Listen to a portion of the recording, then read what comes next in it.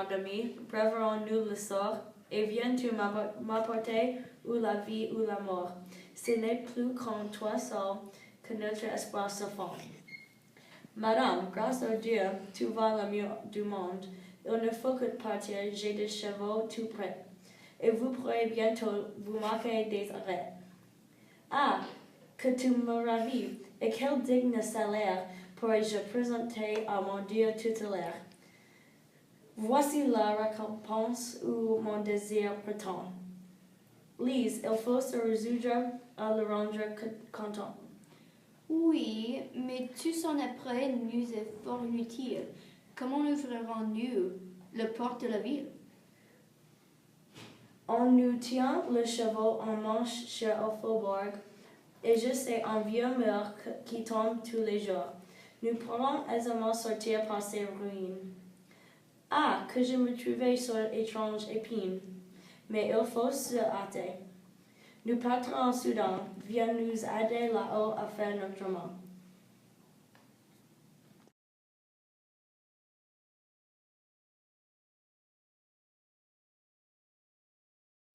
Aimable souvenir de mes chères délices, qu'on va bientôt changer en d'infâmes supplices, que, malgré les heureux de ce mortel effroi, vous avez des douceurs et des charmes pour moi.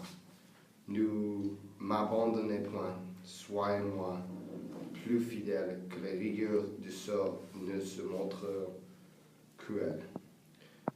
Et lorsque d'autre part, le plus noir couleur, viendront à mon esprit figurer mes malheurs, figurer aussitôt à mon âme interdit, combien je fuirai par-delà mon mérite, lorsque je me plaindrai de leur sévérité.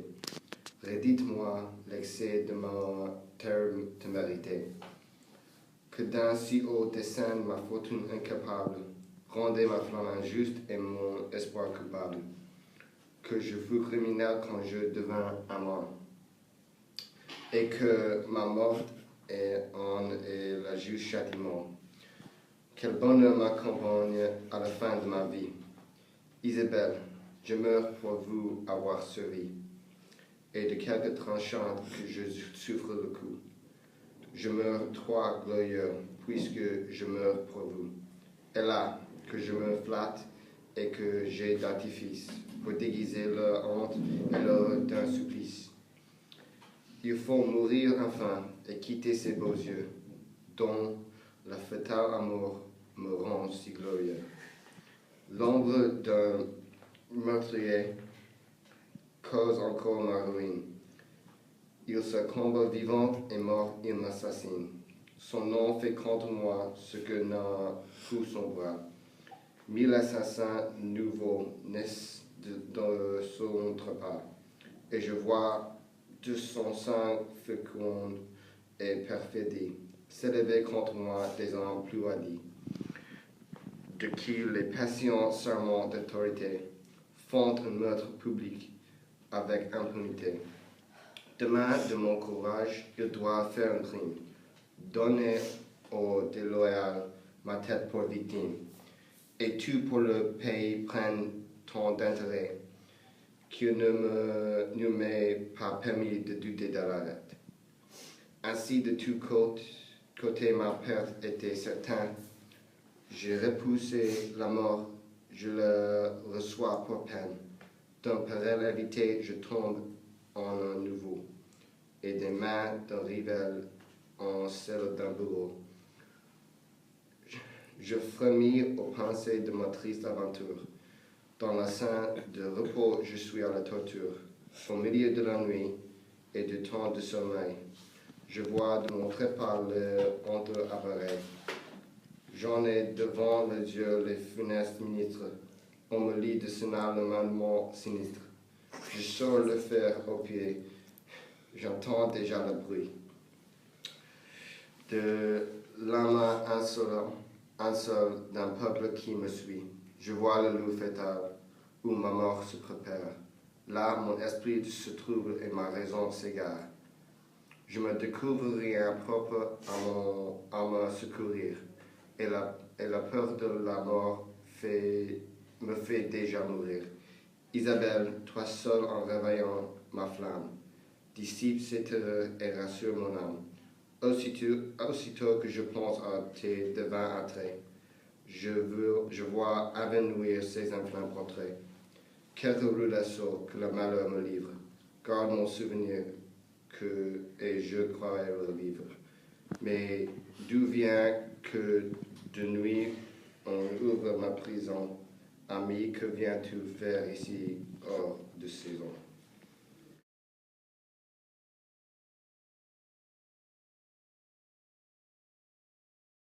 Juges assemblés pour punir votre audace.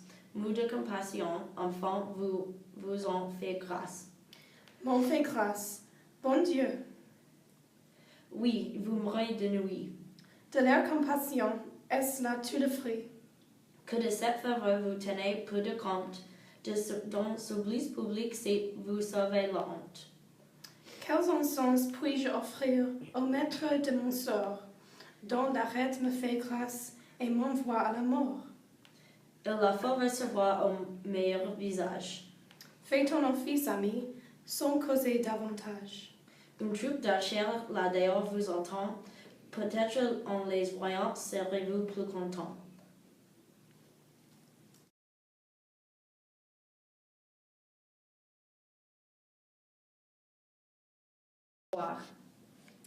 Que vous êtes ravis. Ne laisserai-je point de recevoir la vie, son destin et le mien prennent un même corps, et je mourrai du coup qui tracherai ces jours. Monsieur, connaissez-vous beaucoup d'archers semblables?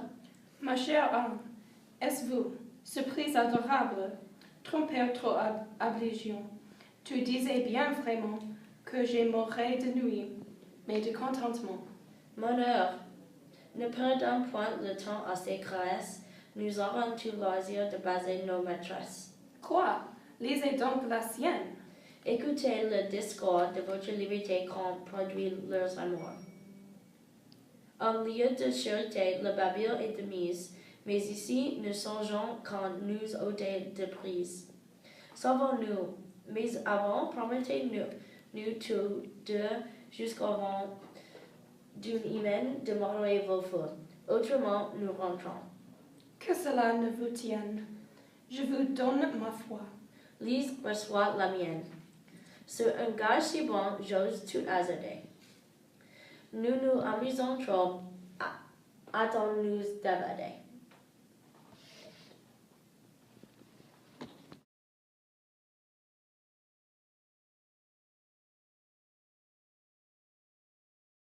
Ne craignez plus ploreuse ni péril, ni dégrâce. Beaucoup le poursuivront, mais sans trouver leur trace. À la fin, je respire. Après un tel bonheur, 2 ans les ont montés en haut degré d'honneur.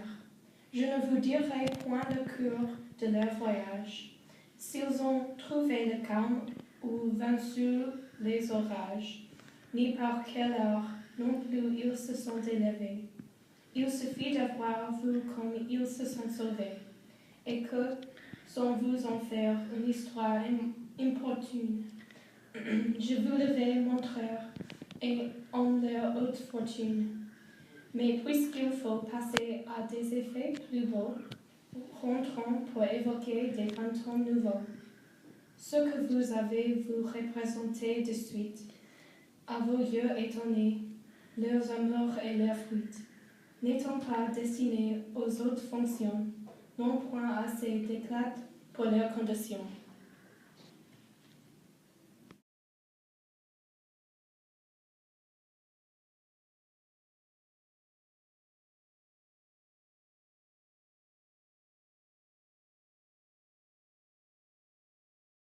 Isabelle est changée et qu'elle est éclatante.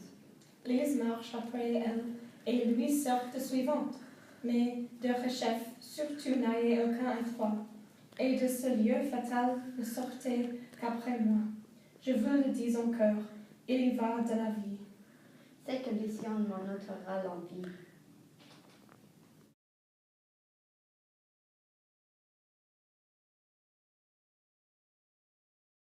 Ce divertissement n'aurait-il point de fin? Et voulez-vous passer la nuit dans ce jardin? Je ne puis cacher le sujet que m'amène, c'est grossir mes douleurs que de taire ma peine. Le prince Floylam. Eh bien, il est absent. C'est la source des maux que mon âme ressent. Nous sommes ses voisins et la mort qu'il nous porte. Dedans son jardin nous permettent ce porte. La princesse Rosine et mon profide époux, durant qu'il est absent, en font leur rendez-vous. Je l'attends au passage et lui fera connaître que je ne suis pas femme, à rien souffre d'un traître. Madame, croyez-moi, loin de quereller, vous feriez beaucoup mieux de tout dissimuler. Ce n'est pas bien à nous d'avoir des jalousies, un homme encore plutôt après ses fantaisies. Il est toujours le maître, et tout votre discours, par un contraire effet, l'obstine en ses amours. Je dissimulerai son adultère flamme, une autre aura son cœur, et moi le nom de femme. Son crime d'une hymen pour-il rompre la loi, et ne rougit-il pas d'avoir si peu de foi? Cela fut bon jadis, mais au temps où nous sommes, ni les mains, ni la foi n'obligent plus les hommes. Madame, leur honneur a des règles à part, où le vôtre se perd, le leur est sans hasard. Et la même action entre eux nous commune, et pour nous des honneurs, pour eux bonne fortune. La chasteté n'est plus la vertu de mari. La princesse du vôtre a fait son favori. Sa réputation croîtra par ses caresses, l'honneur d'un galant homme et d'avoir des maîtresses. Ôte-moi cet honneur et cette vanité de se mettre en crédit par l'infidélité. Si, pour haïr le change et vivre sans ami, un homme comme lui tombe dans l'infamie, je le tiens glorieux d'être une femme à ce prix. S'il en me méprisait, j'estime ce mépris. Le blanc, quand l'on reçoit dans mes troupes une femme, le mari vertu est un illustre blanc. Madame, il vient d'entrer. La porte a fait du bruit. Retirons-nous, qu'il passe. Il vous voit et vous suit.